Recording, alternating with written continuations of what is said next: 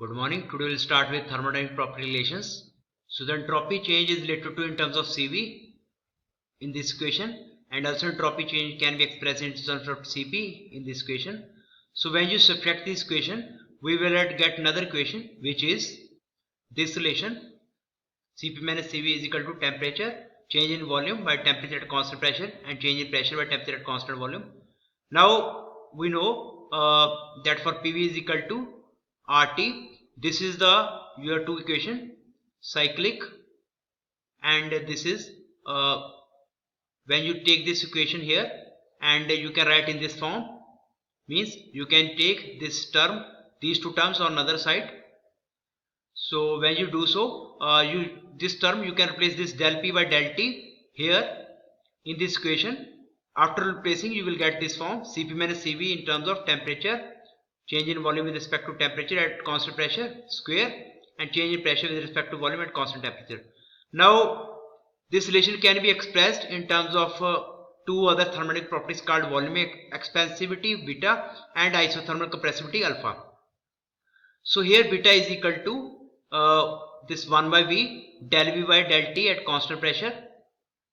So this is your volume expansivity, and isothermal compressibility alpha, which is minus 1 by del V by del P at constant temperature. So you can use this volume expansivity and isothermal compressibility alpha, and you can replace in this equation. You will get Cp minus Cv is equal to V temperature beta square by alpha. So this relation is called Mayer relation in honor of German physician and physicist J. Mayer. We will draw several conclusions from this relation. So the volume expansion, also called coefficient of volumetric expansion, is a measure of change in volume with temperature at constant pressure. So you can see, so this is a one substance whose temperature is raised through 1 degree Celsius. Its volume has increased by this much amount. There is another substance whose temperature again raised by 1 degree Celsius, and this is volume changed by the substance. So you can say volume expansivity is the ratio of change in volume at constant pressure. When you raise the temperature, there is a change in volume with respect to original volume. And isothermal compressibility is change in volume when you increase the pressure by a very small amount to the original volume. So definitely during temperature rise, the volume will increase, so this is positive, and during pressure rise the volume will decrease, so this is negative. So these two are quantities. The isocompressibility alpha is a positive quantity, so alpha is always a positive quantity for a substance in all phase. The volume expansivity could be negative for some substance such as liquid water below 4 degrees Celsius, so beta can be negative, but because we are using square here, so it is positive. So the temperature T in the relation is thermodynamic temperature, which is always positive, and temperature is always positive. Therefore we conclude that the constant pressure specific heat is always greater than or equal to constant volume specific heat. The difference between Cp and Cv approach 0 at absolute 0. If temperature is 0, then Cp and Cv difference becomes 0, or specific heat become at constant pressure become equal to specific heat at constant volume. The two specific heats are identical for truly incompressible substance since V is equal to constant. The difference between the two specific heats is very small and is usually disregarded for substances that are nearly incompressible such as liquids and solids. The Joule-Thomson coefficient: when a fluid passes through a restriction such as porous plug, a capillary tube or an ordinary valve, its pressure decreases. As we have shown in chapter, the enthalpy of the fluid remains approximately constant during such a throttling process. You will remember that a fluid may experience a large drop in temperature as a result of throttling, which forms the basis of operation for apparatus and air conditioning. This is not always the case, however. The temperature of the fluid may remain unchanged, or it may even increase during a throttling process. You can see here temperature pressure diagram. So during this is constant enthalpy line. So during throttling process, what will happen? Your pressure will decrease.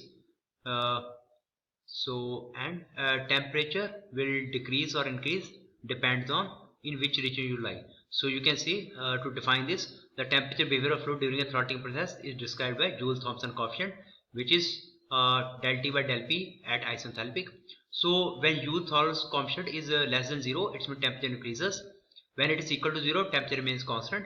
When it is greater than 0, temperature decreases. On this diagram, TP diagram, you can see this is constant enthalpy line. So this dotted line represents the maximum emergent temperature. On this side, this Joule-Thomson coefficient is negative, and on this side, Joule-Thomson coefficient is positive. So if positive, then during expansion, the temperature will decrease, and on this side, if it is negative, it means during the expansion, the temperature will increase. So here, if you look at definition equation, reveals that Joule-Thomson coefficient represents the slope of H is equal to constant lines on TP diagram. Such diagrams can be easily constructed from temperature and pressure measurements flown during the throttling process. So if fluid at a fixed temperature and pressure T1 P1, thus a fixed enthalpy is forced to flow through a porous plug and its temperature and pressure downstream are measured. The experiment is repeated for different sizes of porous plug. So, and this will give you the this graphs here. So from here you will get about the whether after expansion your temperature will decrease or increase. So this line is called inversion line, and the temperature is called inversion temperature. Joule-Thomson coefficient in terms of specific pressure, specific volume, and temperature. This is easily accomplished by modifying the general relation for enthalpy change. That is, if you had this relation, that is enthalpy is equal to this one. So H is constant process. We have dH is equal to 0. So if you put dH is 0, thus this equation become is equal to this equation. Now, as we had studied earlier, del P by del P at del T by del P at constant enthalpy is equal to your Joule-Thomson coefficient.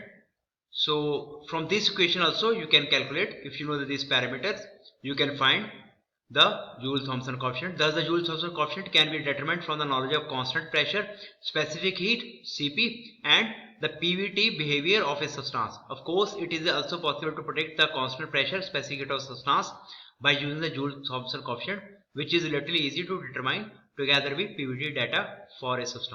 So this is up to here, Joule-Thomson coefficient. Subscribe this channel, like this video, and thank you for watching this video.